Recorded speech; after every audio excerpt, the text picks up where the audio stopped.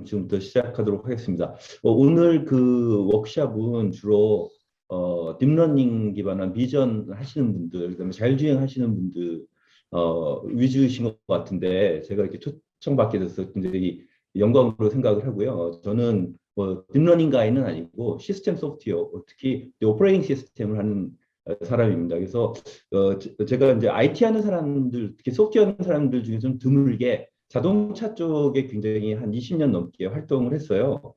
그래가지고 오늘은 여러분들이 그 딥러닝 기반 여러 가지 고급 알고리즘을 소프트웨어화해서 탑재시킬 수 있는 그런 소프트웨어 플랫폼적인 관점. 그러니까 어떻게 보면 이제 그릇, 여러분이 음식을 만드신다면 그릇이 자동차에는 어떻게 들어가는지를 말씀드리려고 합니다.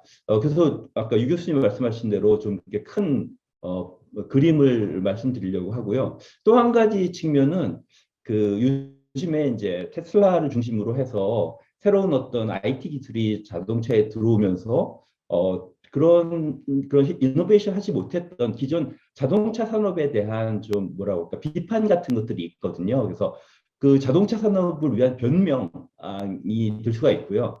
또 한 가지 측면에서는 그 IT 하는 분들이 자동차로 들어왔을 때 어떻게 보면 자동차 산업을 아니면 자동차 산업의 리퀘어먼트를 많이 잘 모르신다 하는 그런 사례 같은 것들을 설명해서 그 IT 커뮤니티와 그 오토모티브 커뮤니티 간의 어떤 갭을 메꾸는 그런 발표를 하려고 합니다. 그래서 오늘 제가 보기에는 42가 계신 분들은 특히 아니면 현대 기아 자동차 함께 일하신 분들은 자동차에 대한 이해가 높으시겠지만 순수하게 IT로서 딥러닝이나 II를 하신 분들은 자동차에 대한 이해가 높지 않기 때문에 그런 갭을 채우는 그런 자리로 생각하도록 하겠습니다. 예, 제가 말씀드릴 그 핵심은 소프트웨어 디파인드 비어클이라는 그런 개념입니다. 혹시 IT 쪽에 관심 있으신 분들은 이미 소프트웨어 디파인드 라디오라고 하는 그러니까 웨이브폼을 소프트웨어화해서 다른 어떤 그 웨이브폼 프로토콜 사용하는 그 무선 단말기들끼리 통신할 수 있게 만드는 런타임의 다이나믹 리컨피그레이션 하게 하는 그런 기술이 있었거든요. SDR이라고 해서 주 군용에서 많이 사용합니다.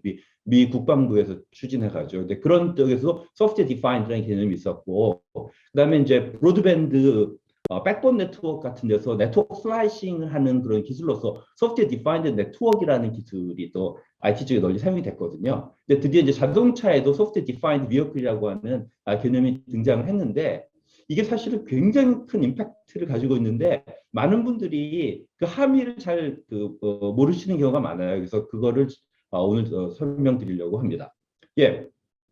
먼저 제 발표 주제와 여러분들이 관심 있는 주제가 뭐 일치한다는 것은 우리가 미래 자동차의 기술, 자율주행도 미래 자동차니까 그걸 보는 거죠. 그래서 이건 굉장히 흔한 얘기인데 우리가 미래 자동차다라고 하면은 이제 많은 그 어떤 리더들이 그 굉장히 명료한 개념을 얘기를 합니다. 그 대표 중에 다임러의 그 채채 전 회장님은 미래 자동차는 케이스다라고 얘기해요. 케이스는 커넥티비티, 오토메이션, 일렉트리피케이션, 그다음에 쉐어링을 얘기합니다. 근데 현대 자동차의 이제 정의선 회장님은 이걸 메카라고 불러요. 다임러의 채채 회장님의 그 쉐어링 대신에 모빌리티 서비스라고 합니다. 그래서 여러분 뭐 코로나 팬데믹 때문에 잘 아시지만 쉐어링은 약간 좀 관심이 많이 떨어졌잖아요. 그래서 그런 측면에서 볼 때는 다임러의 어떤 미래 자동차에 대한 트렌드보다는 현대자동차의 메카라는 표현이 훨씬 더 좋은 표현이었다 결과적으로 이렇게 생각해 볼 수가 있겠습니다. 근데 이런 것들은 어떻게 보면 사실은 굉장히 그 거대 담론이고 그 안에 들어가는 어떤 펀더멘털 테크놀로지가 있어야 되겠죠. 뭐 딥러닝도 그런 예가 하나가 될 것이고요. 그래서 메카 뒤에 감춰져 있는 그 이렇게 어떻게 하면 언론에 그 보도되는 그런 피상적인 것이 아니라 테크놀로지 이네이블러 우리가 다 이제 개발자와 엔지니어들이 한번 생각해 보자라는 걸로 제가 화두를 던져 보았습니다. 예, 그런 관점에서 특히 IT를 하지만 자동차 산업을 모르는 분들이 하는 단순 확장론이 있습니다. 그래서 그거에 허구를 약간 좀 뭐 생각해 볼 필요가 있을 것 같아요. 뭐 이런 겁니다. 미래 자동차는 바퀴 달린 스마트폰이다. 뭐 이런 얘기 많이 하죠. 그 이야기는 이제 스마트폰을 단순 확장하면 자율주행 자동차가 된다 그런 거죠. 그다음에 모든 스마트폰 앱이 이제 자동차로 들어올 것이다. 뭐 그런 얘기도 많이 합니다. 그다음에 모빌리티 서비스가 확대되면서 모빌리티 서비스 마켓 사이즈가 차량 제조업의 규모를 압도할 것이다. 뭐 그런 얘기들도 많이 하죠. 뭐 물론 뭐 미국 나스닥의 그런 자율주행하는 또는 전기 자동차를 하는 그런 약간 소프트웨어 중심적인 자동차 회사들 이런 회사들이 이제 기존의 자동차 회사보다 더 밸류에이션 크게 받고 뭐 그런 경향이 있긴 하지만 과연 이런 단수 확장론이 자동차에 맞는가는 한번 생각해 볼 필요가 있습니다. 뭐 결론적으로는 이제 아닌 면이 있다는 거죠. 뭐 예를 들면 이렇습니다. 지금 미국 하이웨이 교통안전국에서 평가하는 바로는 자동차 산업이 이제 그 어떤 펑셔널 세이프티를 굉장히 강조해서 달성한 것이 뭐냐면 사망 사고가 1시간에 1건이 발생 확률이 10의 마이너스 6승 정도가 됩니다. 근데 과연 IT 제품들이 이런 정도의 어떤 펑셔널 세이프티를 고민하고 있는가? 준비가 되어 있는가 생각해 볼 수가 있는 거죠. 근데 자율주행이 되려고 하면 지금 달성하고 있는 인간이 드라이빙하는 거에 10의 마이너스 갖고는 안 된다는 것이 중론입니다. 그래서 모빌아이에 있는 분들은 대충 10의 마이너스 9승 정도의 낮은 확률로 1시간당 10의 마이너스 9승 정도의 확률로 한 명이 사망할까 말까 하는 확률이 보장이 된다. 그런 얘기가 됩니다. 그래서 좀 재미있는 얘기는 작년 이맘때에 웨이모가 20 빌리언 마일을 드라이빙 했다고 굉장히 그 뉴스에 크게 나왔는데 어떤 자율주행 회사가 만든 알고리즘 통해서 자율주행이 그 우리가 소비자가 기대하는 안정성을 달성한다라는 걸 보장해 주려면 결국은 10의 9승 시간을 드라이빙 해야지 그때 사고가 한 건 이내로 나야지 된다는 걸 보여야 되잖아요. 그렇게 드라이빙을 통해서 검증하려면 그게 30 빌리언 마일을 드라이빙 해야 되거든요. 그래서 이거 굉장히 어려운 것이고 아마 이제 자율주행 하신 분들은 검증의 문제도 굉장히 중요하게 여겨셔야 될 겁니다. 그다음에 이제 스마트폰 앱이 자동차로 들어올 것이다라는 것도 사실은 이제 약간 현실성이 좀 없어요. 왜냐하면 대충 소비자들이 하루에 차를 이용하는 시간이 24시간 중에 한 1시간 반 정도밖에 안 된다고 하거든요. 그러니까 스마트폰 앱은 일상적으로 사용하는 건데, 그러니까 다른 앱, 다른 서비스가 개발이 돼야 되겠죠. 그다음에 이제 모빌리티 시장에서 최근 얘기되는 그 이노베이션이라는 거 이제 라이드 헤일링 서비스라든가 카쉐어링인데 이게 뭐 배달의 민족하고 사실 뭐가 다른 이노베이션이 있는가 이런 것들을 한번 생각해 볼 수가 있습니다. 그래서 자동차 산업을 IT 산업을 그냥 단순 확장해서 자동차 산업으로 전개된다라는 것은 좀 아니다라는 걸 생각을 해볼 수가 있죠. 그래서 여기에서는 IT 산업과는 좀 다른 자동차 산업을 위한 테크놀로지 이네이블러를 이제는 구체적으로 제시할 필요가 있습니다. 그래서 미래 모빌리티 산업을 실존적으로 가능하게 만드는 구체성 같은 것들이 필요하다는 거죠. 그래서 예를 들어서 자율주행이면 인식 기술이라든가 아니면은 경로 계획 기술이라든가 뭐 이런 것들이 그렇게 안전성을 제공하는 것이 가능하다라는 구현 가능한 기술을 제시해야 되겠죠. 그뿐만 아니라 그런 자동차를 생산할 수 있는 완성차 회사들이 감당할 수 있는 혁신 규모와 적정 속도가 또 있어야 될 것이고요. 그리고 서비스 산업뿐만 아니라 제조업과 같은 어떤 균형적인 어떤 산업의 발전 이런 플랜도 제공해 줘야 될 것이고 그리고 자동차 산업에 참여하는 그런 스테이크홀더들에게도 각각 명확한 실천 전략을 제시를 해야 될 겁니다. 이런 관점에서 소프트웨어 디파인드 비어클을 봐야 된다라는 것이 제가 좀 길게 설명했지만 그 인트로덕션이 되겠습니다. 예, 소프트웨어 디파인드 비어클이라는 것이 뭐냐? 그 굉장히 어떻게 보면 친숙한 표현이기도 하지만 굉장히 그 미스리딩한 표현이기도 합니다. 근데 우리가 대뜸 생각하는 것이 뭐냐면 소프트웨어 디파인드 비어클은 굉장히 소프트웨어 센트릭한 자동차구나 이렇게 생각을 합니다. 그런데 이걸 사전적인 의미로 보면 그렇습니다. 이렇게 소프트웨어 디파인드 비어클이라는 것은 소프트웨어가 그 기능, 여기서 기능이라는 건 피처와 펑션을 다 포함합니다. 기능을 정의하는 차량이다라고 얘기를 할 수가 있는 거죠.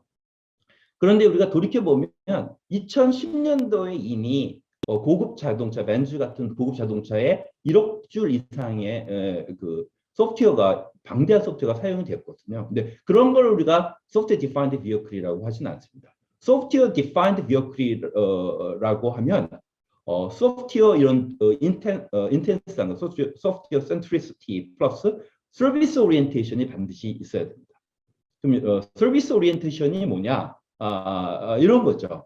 그러니까 지금까지 여러분들은 자동차를 구매하면 그거를 뭐 3년, 5년, 10년 계속 타고 다니면서 늘 변함없는 차를 타고 다니잖아요. 근데 이제 최근에 테슬라에서 오토파일럿 구독 서비스를 시작을 했죠. 그건 뭐냐면 많은 기능이 소프트웨어로 구현되어 있고 그거를 차량이 판매되고 난 다음에 무선 업데이트를 통해서 어떤 기능 같은 걸 추가하거나 변경하거나 삭제하거나 하는 거죠.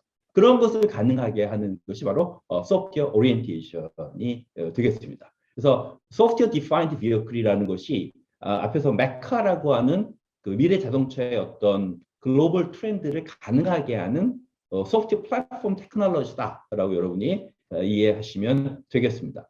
그걸 가장 먼저 하는 것이 이제 테슬라가 되겠죠. 그래서 테슬라가 어떤 일을 했는지 한번 살펴보도록 하겠습니다.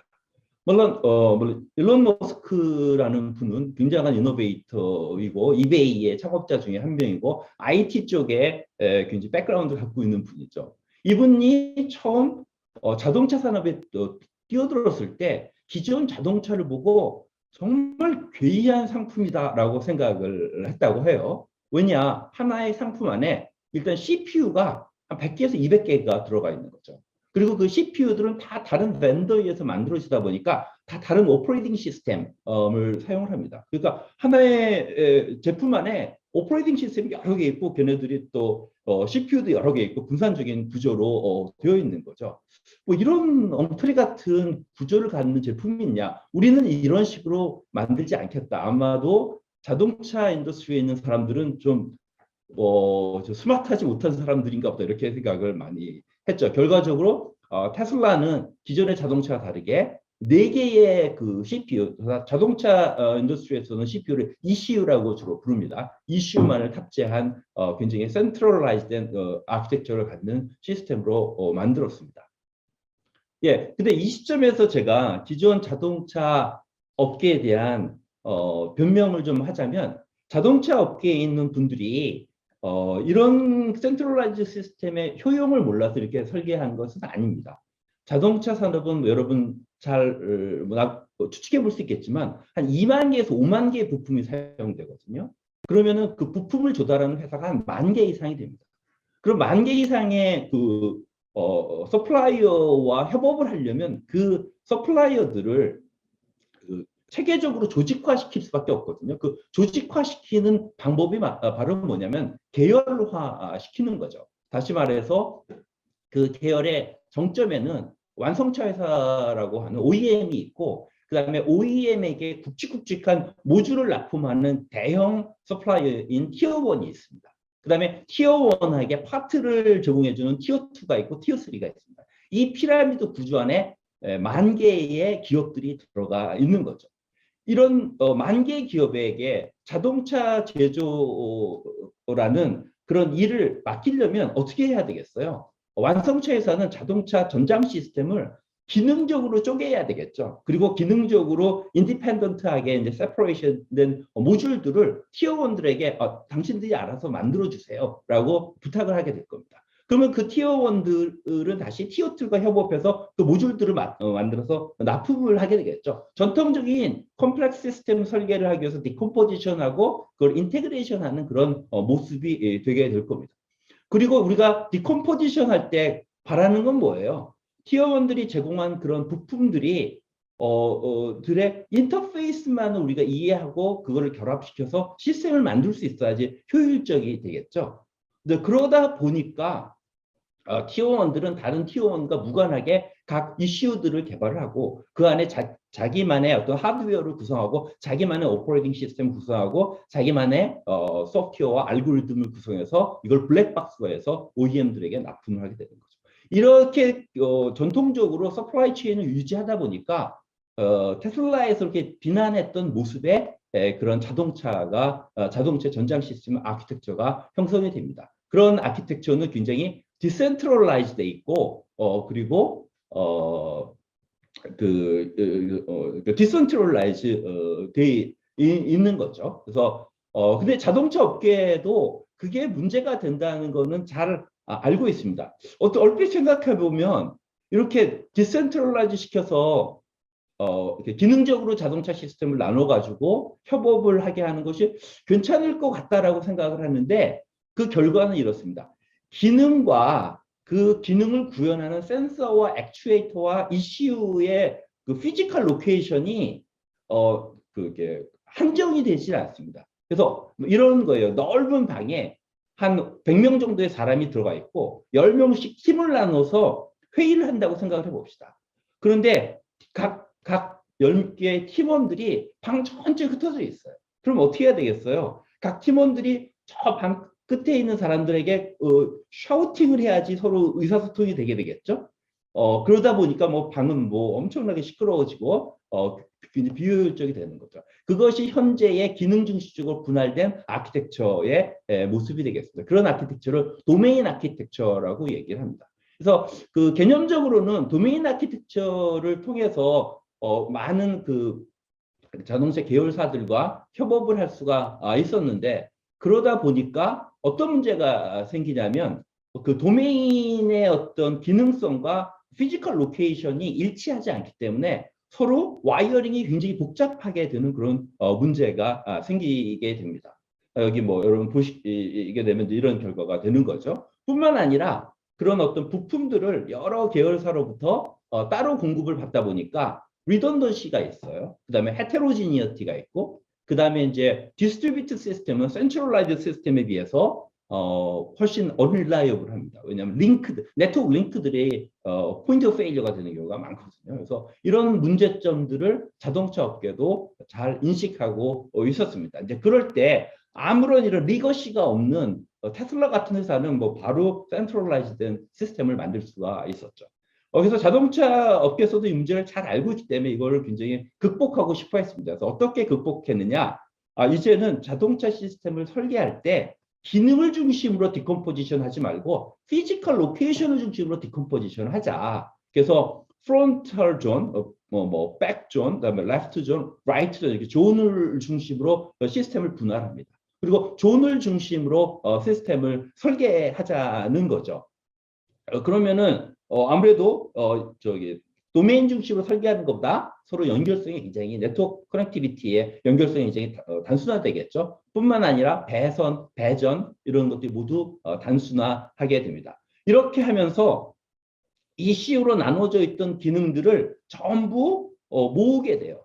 어디로 모으게 되냐면 도메인을 담당하는 그런 게이트웨이들을 두게 됩니다. 그래서 이걸 도메인 죄송합니다. 존을 담당하는 게이트웨이를 두고 게이트웨이를 서로 하이스피드 오토모티브 이서넷을 통해서 묶고 거기에 자동차의 중심적인 컴퓨팅 플랫폼 역할을 하는 센트럴라이즈 서버를 구성을 하게 되는 거죠. 그래서 이런 아키텍처를 우리가 조널 아키텍처라고 이야기를 합니다. 이 조널 아키텍처에서 각 존을 대표하는 것이 바로 조널 게이트웨이고요. 조널 게이트웨이를 통제하는 그 윗 레벨의 컴퓨팅 플랫폼을 비어클 컴퓨터 또는 비어클 서버라고 얘기를 하고 이 두 개는 서로 하이스피드 이서넷으로 연결이 되게 됩니다. 여기서 흥미로운 점은 도메인 컨트롤러 ECU가 담당하던 어떤 제어 기능들, 그 알고리즘틱한 기능들을 이제는 조널 게이트웨이에서 처리하는 것이 아니라 전부 올려서 이 센트럴라이즈 비어클 컴퓨터에서 처리를 하게 되는 거죠. 이와 같이 한다는 것은 무엇을 의미하냐면 이 조널 게이트웨이가 어떤 컴퓨팅 플랫폼이 아니라 센서나 액추에이터들을 서로 연결시켜주는 그런 어떤 커넥티비티만 제공을 해주고 알고리즘을 수행시키는 어떤 펑션들을 전부 위쪽으로 올리게 되는 겁니다. 위쪽으로 올리게 되면 그런 컴퓨팅 플랫폼에서 수행되는 그런 기능들은 전부 소프트웨어로 구현화되는 것이 특징이 되겠습니다. 그래서 조널 게이트웨이가 하는 일은 뭐냐면 배전, 배선 또는 센서와의 인터페이스, 그다음에 오토모티브 이더넷 스위치와의 연결 이런 걸 담당하고요. 과거에 ECU에서 했던 모든 기능들은 이제 중앙 컴퓨팅 서버 플랫폼으로 올리게 되는 거죠. 이렇게 하면 당연히 와이어링이 굉장히 단순해지게 되겠죠. 그래서 왼쪽은 이런 조널 아키텍처를 택했을 때 와이어링의 모습이 되겠습니다. 그래서 이런 조널 아키텍처를 사용하면 일단 자동차가 제조업의 관점에서 굉장히 큰 이득을 얻을 수 있습니다. 왜냐? 배선의 물량이 줄어드니까 비용이 절감이 되고 복잡도가 줄어들게 되고 그리고 자동차의 경량화를 달성하게 되고 뭐 여러 가지 생산성적인 제조 생산성적인 측면을 달성을 할 수가 있습니다.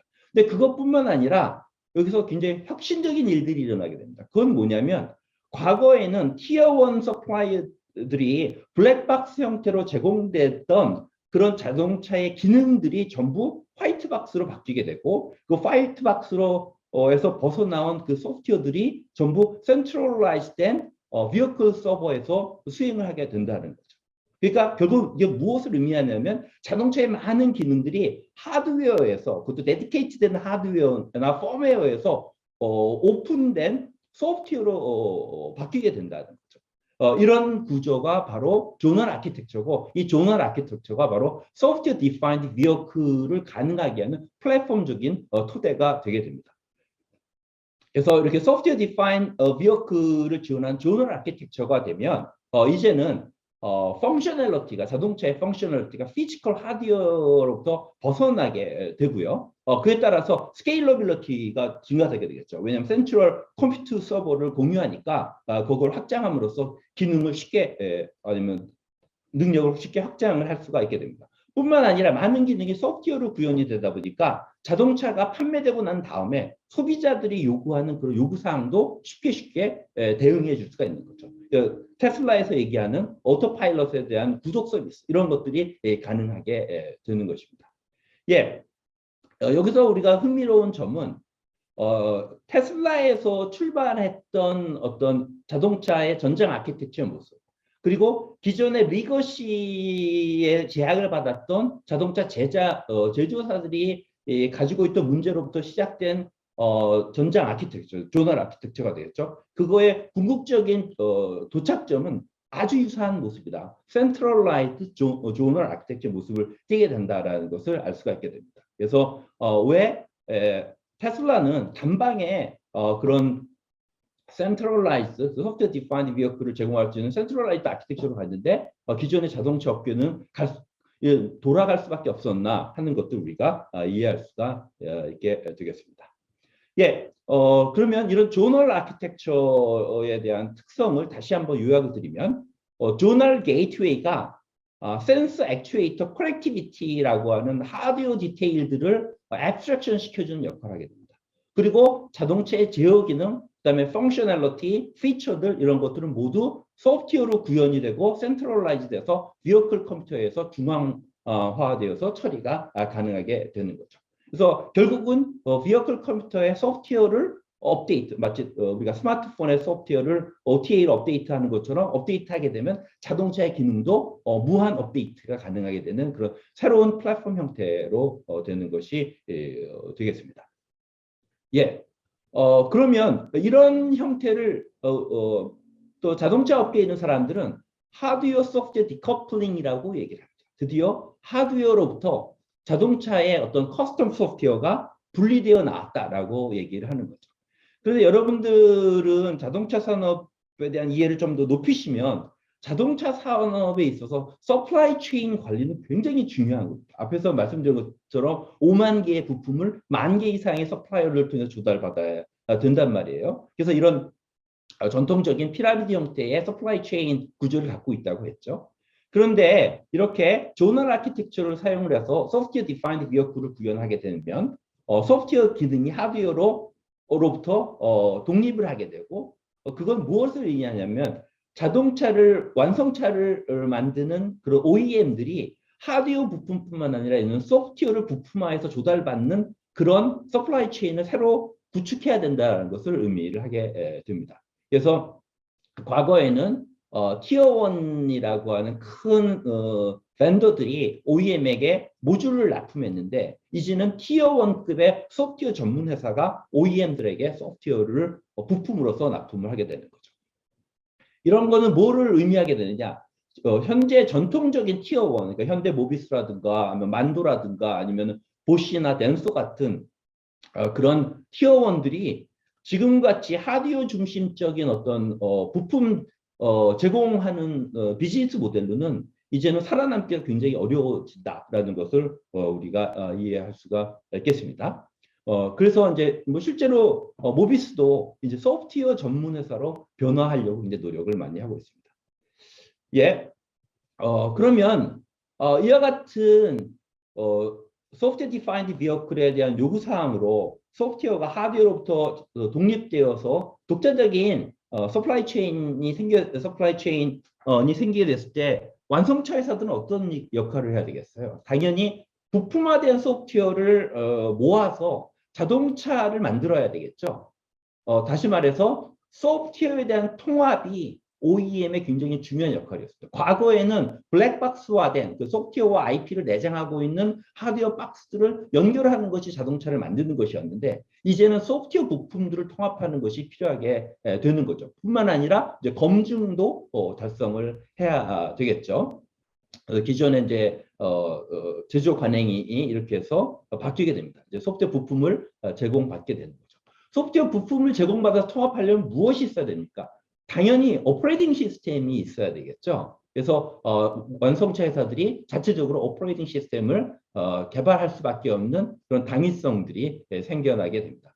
이와 같이 소프트웨어를 블랙박스로부터 독립을 시켜서 OEM들이 직접 통합을 하게 되면 어떤 장점이 있냐면 타임 투 마켓을 줄일 수가 있고요. 그 다음에 병행 개발이 가능하고 소프트웨어에 대한 어떤 품질을 향상시킬 수가 있겠죠. 이런 장점들을 기대할 수가 있습니다. 이런 것들에 대응하기 위해서 세계적으로 선도적인 자동차 제조사들이 다 자체적인 오퍼레이팅 시스템 개발을 시작하고 있습니다. 폭스바겐의 이제 폭스바겐 OS가 대표적인 예가 되겠고요. 시간 관계상 빠르게 진행하도록 하겠습니다. 그리고 테슬라 역시 독자적인 오퍼레이팅 시스템 체계를 가지고 있고 뿐만 아니라 비어클 서버를 위한 SoC도 구축하고 있죠. 그다음에 이제 벤츠 같은 경우에는 엔비디아와 협업을 해서 하드웨어 플랫폼과 자체 오퍼레이팅 시스템을 개발하고 있습니다. 그래서 2024년이 되면 소프트웨어 디파인드 비어클 체제로 모든 자동차를 생산하겠다라고 얘기를 하고 있습니다. 현대 기아 자동차도 모빌진이라고 하는 오퍼레이팅 시스템을 자체적으로 구축하고 있는 것으로 알고 있습니다. 그래서 제가 이제 시간 관계상 짧게 말씀드렸는데 이와 같이 우리가 미래 자동차를 위해서 얘기하는 어떤 피상적인 어떤 아젠다나 트렌드를 지원하려면 많은 어떤 하드웨어 아키텍처 또는 소프트웨어 아키텍처적인 변혁과 플랫폼화가 필요하고요. 그게 이제 각 산업의 특성에 맞게 다른 여러 가지 트렌드 어떤 플로우를 거친다라는 것을 우리가 이해하면 좋은 계기가 될 것 같습니다. 예, 시간 관계에서까지 하도록 하겠습니다. 감사합니다. 예, 홍선수 교수님 발표 재밌게 잘 들었습니다. 채팅창에 질문 하나 들어와 있습니다. 예, 제가 읽도록 하겠습니다. OEM들이 직접 칩을 만들기 시작한다든지 아니면 기존 반도체 업체들이 가져가게 될지 궁금해요. 또한 기업의 티어 1에 납품하던 중소 예. 이거 아주 전통적인 질문인데요. 굉장히 위협적인 질문인 거죠. 그래서 1년 전만 해도 그러니까 테슬라가 급부상할 때만 해도 아마 테슬라는 애플 컴퓨터사와 같은 모습을 띌 것이다. 그러니까 CPU도 자체적으로 개발하고 오퍼레이팅 시스템도 자체적으로 개발하고 딥러닝 스택도 자체적으로 개발하는 그런 모습을 띌 것이고 아마도 구글과 같은 커모더티 오퍼레이팅 시스템을 제공해서 대부분의 자율주행 자동차를 만드는 OEM들이 사용할 것이다 라는 추측이 많았습니다. 그리고 엔비디아 같은 커모더티 SoC를 또 AP를 사용하게 될 것이다 라는 생각이 많았거든요. 근데 지금은 점점 더 능력이 되는 글로벌 OEM들은 자체적인 자체적인 AP, 자체적인 오퍼레이팅 시스템 구축해서 지금 폰 시장으로 따지면 점점 애플처럼 구축이 되는 모습을 띠게 될 것이다 라고 전망하는 것이 타당할 것 같습니다. 그리고 요즘 심지어는 아마존도 자체적으로 SoC를 개발하고 있고요. 마이크로소프트도 SoC를 개발하고 있고 이런 것들이 이제 그런 팹리스 설계가 보편화되고 그다음에 파운드리 산업이 이제 보편화되면서 IT 업계에서 많이 일어나고 있잖아요. 그 자율주행 자동차 시장, 자동차 산업에서도 유사한 일이 일어날 가능성이 굉장히 높다고 생각이 됩니다. 그래서 아마 현대 기아 자동차도 현대 모비스를 중심으로 해서 이에 대한 고민을 굉장히 많이 하고 있는 것으로 알고 있습니다.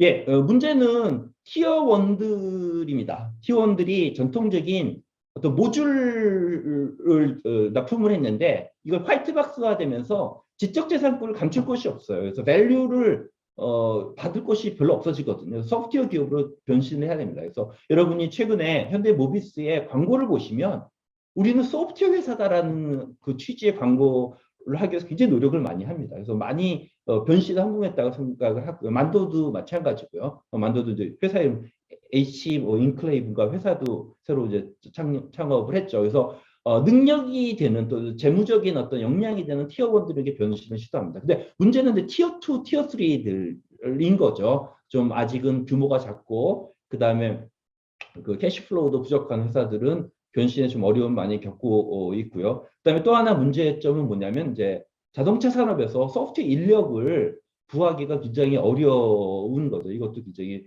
큰 챌린지가 될 것입니다. 예, 질문에 대한 답변인데 굉장히 그 어려운 담론이라서 산업부하고도 얘기를 많이 하고 있는데 국가적으로도 좀 해법을 찾기 좀 어려워하고 있습니다. 보안성도 중요해질 것 같네요. 해킹의 타겟이 컴퓨터에서 예. 그러니까 보안성 이거는 뭐 너무나 중요한 문제인 거죠. 근데 다행인 것은 자동차 산업만의 문제는 아니고요. 모든 이제 어떤 사회 인프라가 다 소프트웨어화 되니까 보안의 문제는 같이 고민을 모든 산업에서 공히 고민하는 문제니까 많은 테크놀로지들을 가져올 수 있지 않을까 생각을 합니다. 예, 뭐 이건 뭐 너무 다 지당한 말씀입니다. 예, 두 가지 질문. 예, 여기 질문이 그새 많이 있었네요. 어이고. 조널 아키텍처로 제가 좋은 강의 감사합니다. 최적화 관점에서 자율주행 소프트웨어 역시 OEM의 소프트웨어와 결을 같이 가져가는가요? 그래서 다양한 자율주행에서도 자율주행 회사들이 OEM에 따라서 개발을 다르게 하는 거 아닐까요? 예, 아주 100% 지당한 말씀이라고 생각을 합니다. 여기는 주로 자율주행을 하시고 또 자율주행에 대해서 굉장히 긍정적인 생각을 하시는 분들이 많이 참여하고 있는데 저는 개인적으로는 자율주행에 대해서 굉장히 우리가 완전 자율주행을 성취할 때까지는 많은 기술적 난제를 해결해야 되고 그에 따라서 시간도 굉장히 오래 걸릴 거라고 생각을 하거든요.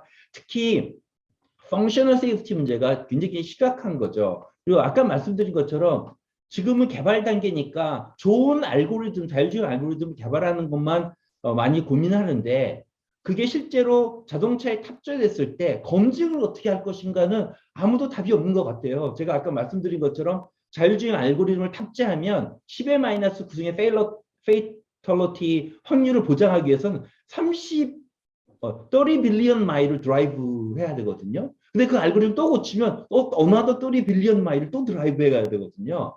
이건 아닌 거죠. 그럼 어떻게 이 자율주행 알고리즘이 콱하게 동작하는지를 검증할 수 있는가?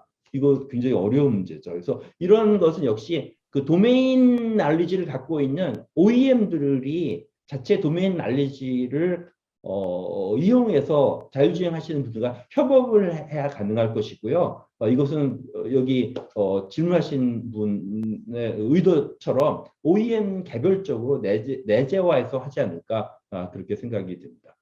예, 세 가지 질문에 대한 답